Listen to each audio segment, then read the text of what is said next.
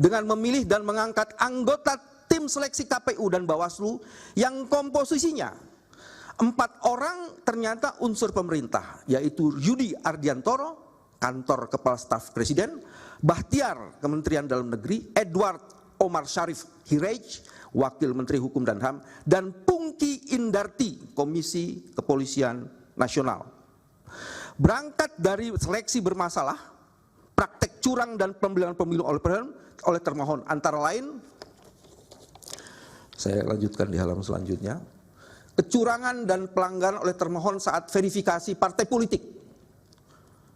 Jadi termohon melakukan kecurangan pada saat verifikasi faktual dengan memerintahkan penyelenggara pemilu di tingkat provinsi hingga kabupaten kota untuk memanipulasi hasil verifikasi dengan tujuan untuk meloloskan partai politik tertentu menjadi peserta pemilu 2024. Kasus-kasus manipulasi verifikasi partai politik calon ini bahkan sudah disidangkan oleh DKPP. Ditemukan hubungan khusus dan personal antara Ketua KPU Hasyim Asyari dengan Ketua Umum Partai Politik Republik 1 Hasnaini sebagai salah satu partai calon peserta pemilu. Hubungan khusus itu terungkap di dalam persidangan DKPP dan Ketua KPU Hasyim Asyari atas perbuatan tersebut dijatuhkan sanksi peringatan keras terakhir oleh DKPP. Termohon bertindak tidak netral saat menerima pendaftaran dan menetapkan Gibran Raka Buming Raka sebagai calon wakil presiden karena syarat usianya tidak memenuhi 40 tahun. Bagaimana dengan Bawaslu? Tindakan tidak netral juga dilakukan oleh Bawaslu. Bawaslu tidak memproses secara profesional tindakan wakil menteri desa yang mengumpulkan orang untuk menggalang dukungan kepada calon pasangan Prabowo Gibran, sampai dengan perbuatan jajaran Menteri Pertahanan yang memanfaatkan fasilitas Kementerian Pertahanan untuk mengkampanyekan Prabowo Gibran. Nanti buktinya kami akan serahkan dan detailnya. Ini tindakan-tindakan, ada beberapa tindakan yang lainnya adalah poin ketiga di halaman 18. Bawaslu juga melakukan pelanggaran netralitas dengan tidak melakukan pengawasan aktif berupa identifikasi, strip penelitian dugaan pelanggaran termohon. Karena meloloskan Gibran Raka Buming Raka sebagai calon presiden, calon wakil presiden sebagai temuan pelanggaran pemilu. Padahal hal demikian merupakan tugas Bawaslu.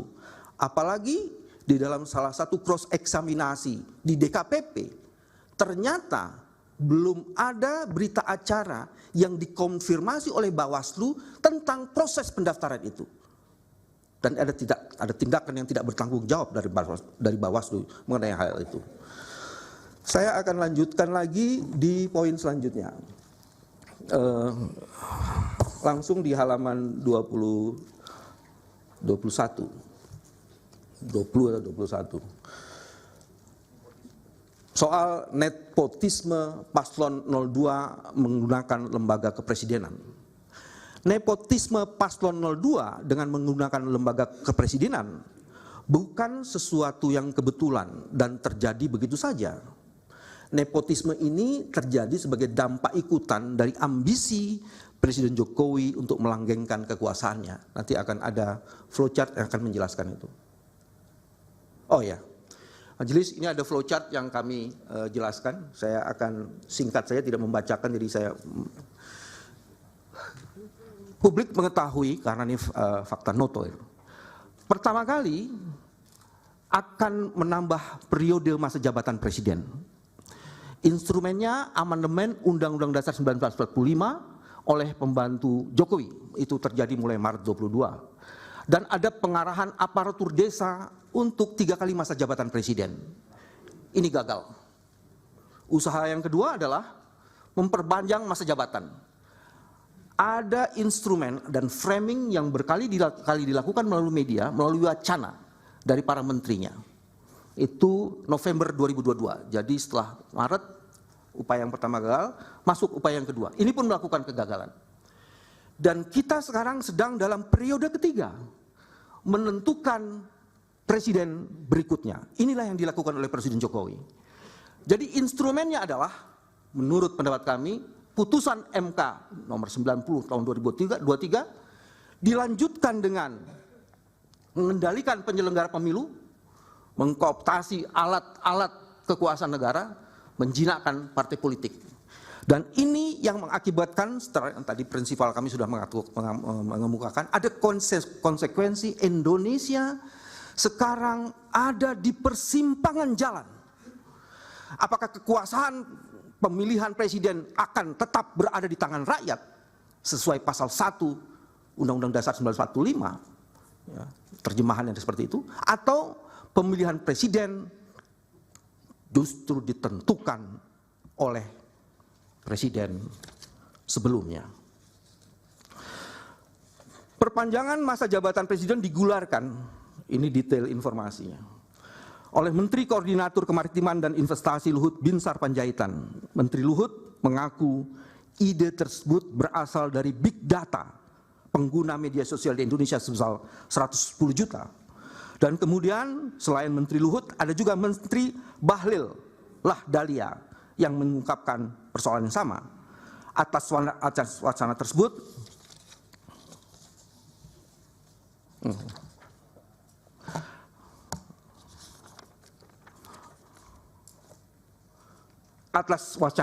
terlihat perbedaan sikap Presiden Jokowi yang awalnya seakan-akan menolak wacana dimaksud, pernyataan di 2019, tapi kemudian menyatakan hal demikian sebagai bagian dari demokrasi.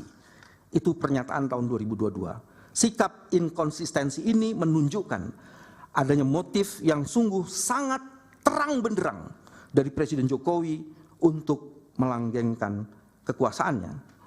Selain tidak tegas terhadap berbagai upaya menteri yang secara nyata menabrak konstitusi, upaya pelanggengan kekuasaan oleh Presiden Jokowi juga terbaca dengan sangat terang setelah beliau menyatakan dengan tegas akan campur tangan dengan cawe-cawe dalam pemilu 2024. Pernyataan tersebut disampaikan pada saat bertemu dengan para pemimpin redaksi media serta konten kreator pada 29 Mei 2023.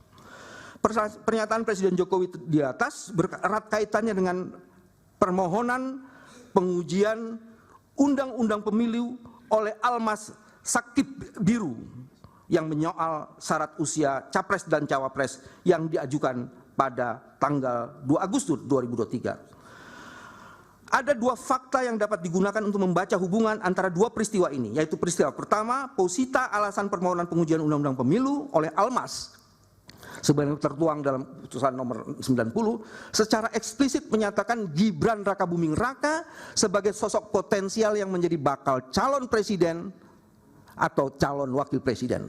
Lebih lanjut, Almas dalam permohonan pengujiannya pasal 169 huruf Q Undang-Undang Pemilu menyatakan sebagai pengagum Gibran Rakabuming Raka. Dengan demikian, peristiwa pernyataan Presiden Jokowi akan cawe-cawe dalam pemilu dengan permohonan Almas adalah satu rangkaian yang saling terkait dan tidak berjalan sendiri-sendiri. Hal ini terlebih lagi tidak lama setelah itu ada putusan nomor 90 dan kemudian dilanjutkan Gibran Rakabuming Raka resmi mendaftar sebagai pasangan calon. Sebagai penyelenggara negara, padahal Presiden terikat dengan sumpah jabatannya yang diucapkan saat dilantik sebagaimana tersebut dalam pasal 9 ayat 1 Undang-Undang Dasar. Mohon izin menyebutkan ini karena ini sangat penting. Demi Allah, begitu kata sumpah jabatan Presiden. Demi Allah saya bersumpah akan memenuhi kewajiban sebagai Presiden Republik Indonesia atau Wakil Presiden Republik Indonesia dengan sebaik-baiknya dan seadil-adilnya memegang teguh Undang-Undang Dasar dan menjalankan undang-undang dan peraturannya dengan seluruh-seluruhnya serta berbakti untuk nusa, kepada nusa dan bangsa. Frasa bersumpah akan memenuhi kewajibannya dengan sebaik-baiknya dan seadil-adilnya mengandung arti bahwa Presiden harus berada di atas dan untuk semua kelompok dan golongan, berlaku yang seadil-adilnya dalam konteks penyelenggaraan pemilu. Harus dimaknai bahwa Presiden akan bertindak netral, tidak memihak serta tidak bertindak untuk menguntungkan salah satu pasangan calon atau merugikan pasangan calon lainnya. Sikap netral presiden serta penyelenggara negara lainnya juga merupakan amanat Undang-Undang Pemilu, yakni pasal 26 ayat 2 Undang-Undang Pemilu. Majelis, saya tidak bacakan selanjutnya. Ada juga pengangkatan penjabat kepala daerah yang masif. Sebentar Pak Bambang, kalau sekiranya capek, ini majelis tadi mempertimbangkan karena ini puasa, mungkin bisa ditambah 1. Dan nanti kami perlakukan sama dengan untuk pihak yang lain. Baik. Terima kasih majelis. Baik. Memang lelah majelis, tapi apa artinya kelelahan? Karena kami harus menegakkan aturan demokrasi seluruh-seluruhnya. Ya sudah, itu di penambahan itu saja yang direspon, jangan yang lain. Ya, terima kasih. Terima kasih majelis. Nanti akan teman-teman saya akan membacakan. Ini ada poin 4 huruf A. Itu penunjukan pejabat kepala daerah yang dilakukan oleh pemerintah itu ternyata tidak memenuhi standar yang ditentukan oleh putusan MK majelis, yaitu putusan MK nomor 55 Undang-Undang tahun 2019 dengan putusan MK nomor 67. Menurut putusan di atas ada 3 indikator penting ditunjuknya penjabat kepala daerah, baik penjabat gubernur, bupati dan wali kota. 1, pemerintah harus menerbitkan peraturan pelaksana sebagai tindak lanjut pasal 201 dari Undang-Undang nomor 1 2015 tentang pemilihan gubernur, bupati dan wali kota atau pilkada. Sehingga tersedia mekanisme dan persyaratan yang terukur dan jelas bahwa pengisian pejabat negara tersebut mengabaikan menurut kami prinsip-prinsip demokrasi dan sekaligus memberikan jaminan bagi masyarakat bahwa mekanisme pengisian tersebut penjabat berlangsung terbuka, transparan, dan akuntabel. Dan yang kedua, indikator yang sangat penting sesuai dengan aspirasi daerah.